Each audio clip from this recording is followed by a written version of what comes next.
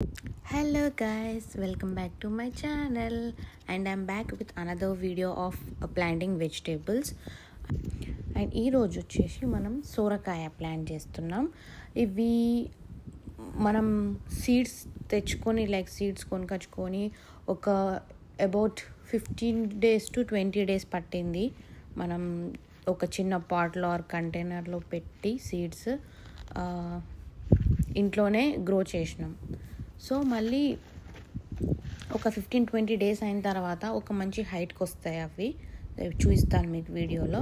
So ఆ హైట్కి వచ్చేసరికి మనం రోజు అన్ని ప్లాంట్స్ ఎలా పెడతామో అలానే మంచిగా మట్టి మల్చ్ అన్ని తవ్వేసి కొంచెం గ్రౌండ్ సాయిల్ కూడా మిక్స్ చేసి సేమ్ ప్రీవియస్ వీడియోలో చూపించాను కదా అలానే ప్లాన్ చేస్తున్నాం.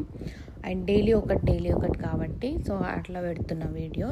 అండ్ ఇవాళ మనం సొరకాయ ప్లాన్ చేస్తున్నాం. అవి ఎలా ఉంటాయో చూపిస్తా. ఇది బెండకాయ పక్కంది, ఇది సొరకాయ. మీకు ఐడియా ఉంటే రెండు చెట్లు ఉన్నాయి, అది సొరకాయ. అండ్ అవి మనం మొన్న ప్లాన్ చేసినాం కదా చిక్కుడుకాయ, అవి కొంచెం గ్రోత్ వచ్చినట్టు అనిపిస్తుంది. మీకు మళ్ళీ చూపిస్తానన్నీ.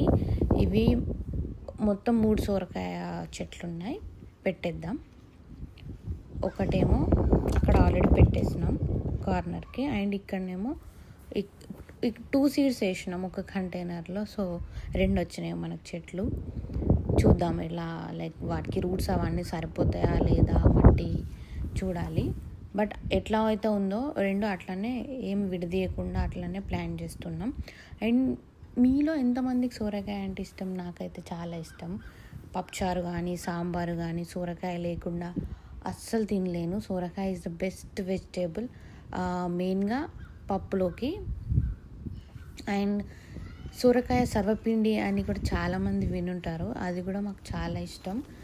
అండ్ ఎందుకు దీని గురించి చెప్తున్నానంటే, మనకు ఇవి కూడా మంచిగా తినే వెజిటేబుల్. విత్ చిక్కుడుకాయ విత్ టమాటా ఇవన్నిటితో కలిపితే ఇది కూడా ఎక్కువనే తింటాము.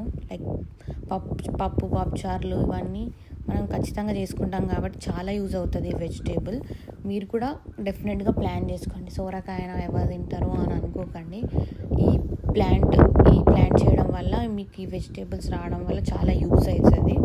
ఒకటి వచ్చినా కూడా బెటరే ఉంటుంది, ఎందుకంటే ఆ ఒకటి